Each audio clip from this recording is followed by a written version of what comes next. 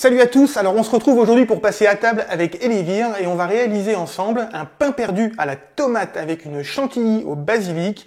Il y a un brunch de fête des pères qui approche, j'ai trouvé que c'était une idée originale pour changer tout simplement. Donc on attaque tout de suite avec la liste des ingrédients de cette recette hyper facile.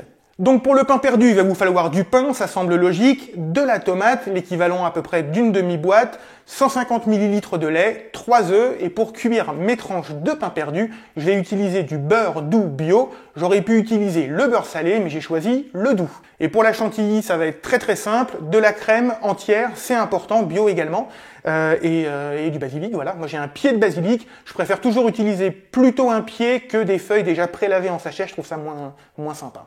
Première étape, dans mon bol, je vais venir verser la crème entière bio. Je rajoute un maximum comme ça de feuilles de basilic ciselées, histoire de donner un maximum de goût encore une fois. Et je place le bol au réfrigérateur le plus longtemps possible. Plus ça imprègne, plus ça infuse, meilleur ce sera.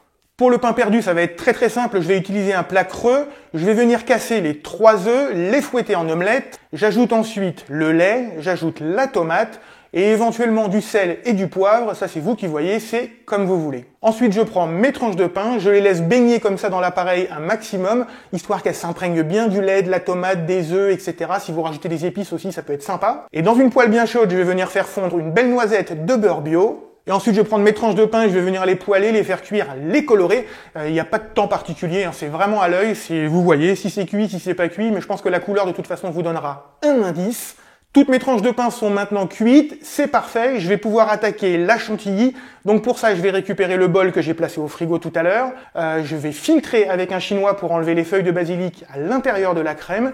Et je vais tout simplement monter ma chantilly comme une chantilly classique. Pour le dressage, je vais prendre une assiette. Vous pouvez mettre 1, 2, voire 3 tranches de pain perdu à la tomate, c'est suivant la gourmandise. Dites-moi dans les commentaires combien vous aimeriez en manger. Une petite pointe de chantilly au basilic. Je rajoute comme ça une petite feuille de basilic aussi pour la déco.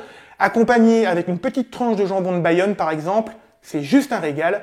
D'ailleurs, ça me donne très faim. Voilà, si ma recette de pain perdu à la tomate avec sa chantilly au basilic vous a plu, vous me le dites juste en dessous dans les commentaires.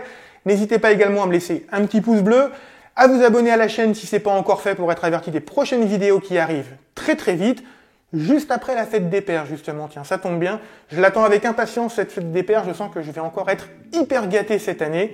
Donc bonne fête à tous les papas, régalez-vous et surtout le plus important, n'oubliez pas de cuisiner. Ciao.